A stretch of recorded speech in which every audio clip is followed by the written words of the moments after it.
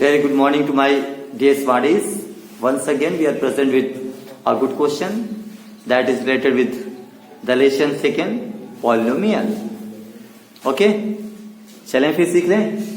देखिए लिखा गया है ये बहुपद 3x square plus 11x minus 4 के शून्य m तथा n है, तो m upon n plus n upon m का मान ज्ञात कीजिए। तो मैं आपको बता दूं, अभी तक जितना भी द्विघात बहुपद हम लोगों ने पढ़ा है उसके शून्य को अल्फा और बीटा मानते थे या अल्फा और बीटा के रूप में सूत्र निकलता था। लेकिन आज क्या है, आज थोड़ा सा चेंज है। क्या चेंज है भाई? चेंज ये है कि शून्य बदल दिया है क्वेश्चन वाले ने। क्वेश्चन ने कहा है कि शून्य m और n है। शून्य क्या है? m और n है। तो देखिए कोई दिक्कत नहीं है। आप क्या करेंगे, पहले सॉल्व करते समय बहुपद लिखेंगे और जब कभी भी इस टाइप का मान पूछता है m upon n, n upon m, या इस तरह से पूछ रहे m प्लस n और m इंटू n, इस टाइप का कोई भी क्वेश्चन पूछ लेता है तो कोई दिक्कत की बात नहीं है। और हम क्या करेंगे, सबसे पहला काम क्या कर लेंगे, अपने इस क्वेश्चन से जैसे शून्यकों का योग निकालते थे, किसका योग निकालते थे? शून्यकों का योग निकालते थे अल्फा प्लस बीटा करके, वैसे आज क्या निकालेंगे हम लोग? m प्लस n करके निकालेंगे। सूत्र वही रहेगा माइनस बी अपॉन ए, जिस तरह से आप पढ़ा करते थे उसी टाइप का ये सूत्र रहेगा। केवल अल्फा और बीटा के स्थान पर m और n हो जाएगा। इतनी बात समझ में आ रही है? तो आगे हम चलते हैं। m प्लस n बराबर क्या हो जाएगा? माइनस b को आपको बताया गया है जो x का गुणांक होगा, जो x का गुणांक होगा वो b होगा, मतलब यहाँ 11 हो जाएगा।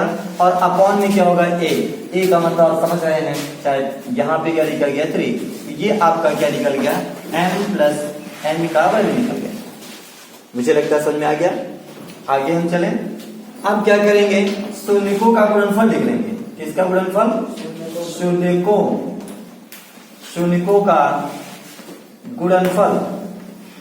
गुणनफल लिखेंगे। तो शून्यकों का गुणनफल का मतलब अल्फा इंटू बीटा होता था। क्या होता था? अल्फा इंटू बीटा, यही होता था ना। लेकिन हम लोग क्या करेंगे, यहाँ पर अल्फा और बीटा के स्थान पे क्या लिखेंगे? m और n लिखेंगे। क्या लिखेंगे? m और n लिखेंगे। तो यहाँ mn लिखेंगे, m इंटू n इसका टू क्या होता है? सूत्र वही चलेगा, c अपॉन a।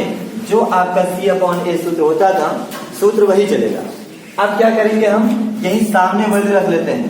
किसका? c का वैल्यू कितना है? c का वैल्यू अचर पद होता है जिसमें -4 है, आप देख रहे हैं। अपॉन a के स्थान पर आपका क्या रहेगा? 3 रहेगा। दोनों मान मिल गया। अल्फा प्लस बीटा की तरह से m प्लस n का मान मिल गया, ठीक। और अल्फा इंटू बीटा की तरफ से m इंटू n का मान मिल गया।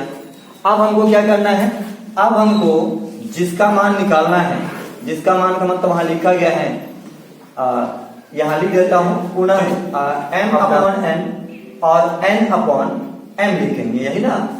तो क्या करना है, आप जानते हैं सामान्य स्थिति है, फ्रैक्शन की तरह से है, इसको आप क्या कर लेंगे? जोड़ लेंगे। मिस्टर प्रिंस इधर देखिए। तो क्या करना है, m और n का मल्टीप्लाई होता है, क्रॉस मल्टीप्लाई होता है तो n स्क्वायर हो जाएगा, प्लस n और n का क्रॉस मल्टीप्लाई हो जाएगा तो n स्क्वायर होगा। अपॉन क्या होगा? m और n का मल्टीप्लाई करेंगे तो mn हो जाएगा।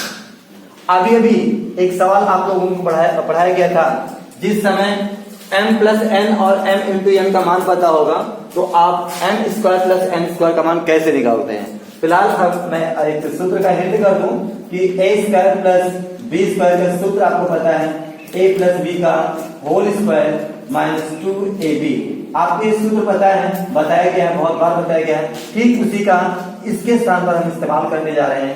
ध्यान दीजिए, a जैसे a square plus b square है वैसे m square plus n square है, वैसे है ना। तो इसका सूत्र क्या लिखना है? क्या लिखना है? a प्लस b का होल स्क्वायर। तो यहाँ पर क्या लिखेंगे हम? m प्लस n का होल स्क्वायर लिखेंगे। और फिर माइनस में लिखा है तो माइनस लगा देंगे 2ab। ab का मतलब mn, मतलब 2mn। ये इसके स्थान पर केवल हुआ। अपॉन में क्या है हमारा, अपॉन में एम एन।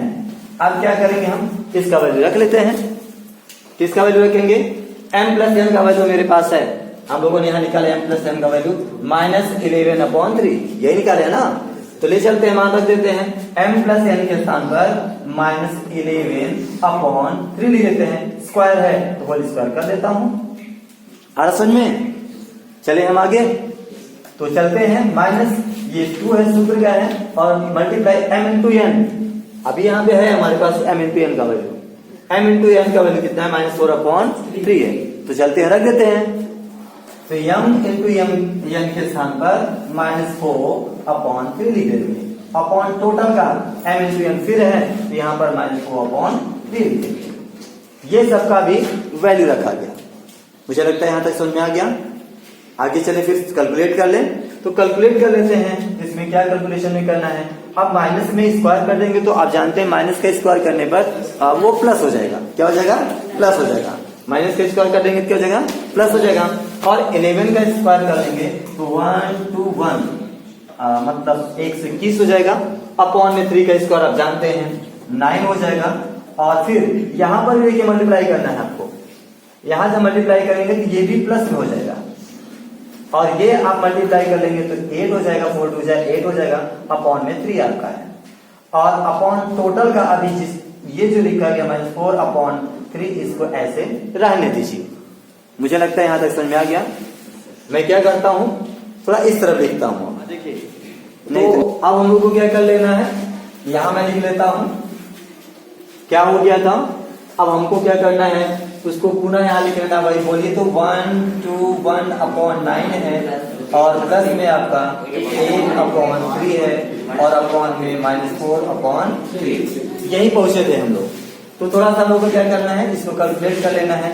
और कैलकुलेट करते समय आपको विशेष क्या ध्यान देना है, विशेष ध्यान ये देना है कि देखेंगे हर इसका जो है आप इसका एलसीएम लेंगे तो आपका एलसीएम कितना हो जाएगा, 9 आ जाएगा। क्या आ जाएगा, 9 आ जाएगा। तो 9 से इसमें डिवाइड करेंगे तो आप जानते हैं 1 टाइम जाएगा, मतलब अंश में 1 to 1 हो जाएगा, प्लस इसे आप डिवाइड करेंगे तो 3 टाइम जाएगा, और 8 में और 3 से मल्टीप्लाई करेंगे तो 24 हो जाएगा। और अब क्या करते हैं, अपॉन टोटल का कर लेते हैं, जो यहाँ नीचे लिखा गया था -4/3। तो आप चाहते हैं कि इसको 3 से यहाँ पे काट देंगे तो 3 से 9 हो जाएगा, यहाँ पर 1 हो जाएगा। और फिर अगले कैलकुलेशन में इसको ऐड कर लेते हैं, तो 4 और 1 को जोड़ देंगे तो 5 हो जाएगा, 2 और 2 को जोड़ देंगे तो 4 हो जाएगा, और यहाँ पर 1 अपॉन में 3 बचा है।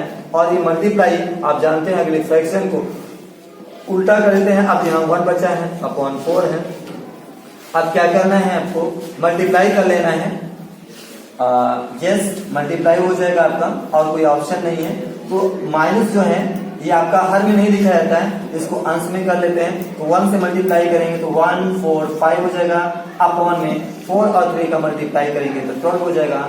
और यही हमारा n plus n upon n का वैल्यू हो जाएगा। ये है आपका इसका आंसर जो यहाँ पर है। फिर से एक बार देख लीजिए थोड़ा सा। मैंने कहा क्वेश्चन में बहुपद दिया था 3x² + 11x - 4, और इसके शून्यक m और n है। मतलब अब तक शून्यक अल्फा और बीटा देता था, m और n है। इसका मतलब ये जो शून्यक है m और n, इसके स्थान पर p/q भी दे सकता है, अल्फा बीटा दे सकता है, दूसरा कोई भी मान दे सकता है। और ये जरूरी नहीं कि m/n और n/m की तरह से पूछे, ये और भी तरीके से पूछ सकता है।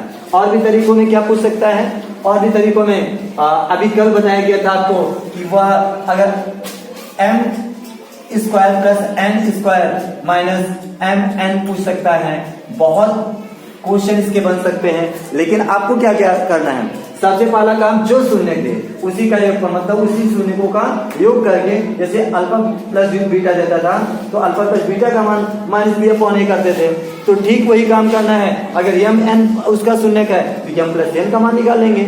एक तरीका और है इसको लगाने का, वो तरीका क्या है, इसका गुणनखंड कर लेंगे तो आपका जो x का वैल्यू आएगा वो अल्फा और बीटा वही m और n का मान का काम करेगा। तो एक और तरीका है, बट आई थिंक सबसे बेहतर ये तरीका है, क्योंकि इस टाइप का कम से कम 10 सवाल हैं जो आपको क्या करना होता है, लगाना पड़ता है। तो हम एक एक करके हम लोग सीखते रहेंगे। तो चलिए अब अगले क्वेश्चन की तरफ हम लोग चलते हैं ना। Okay, thank you for watching this video, और हम मिलते हैं नेक्स्ट क्वेश्चन के साथ।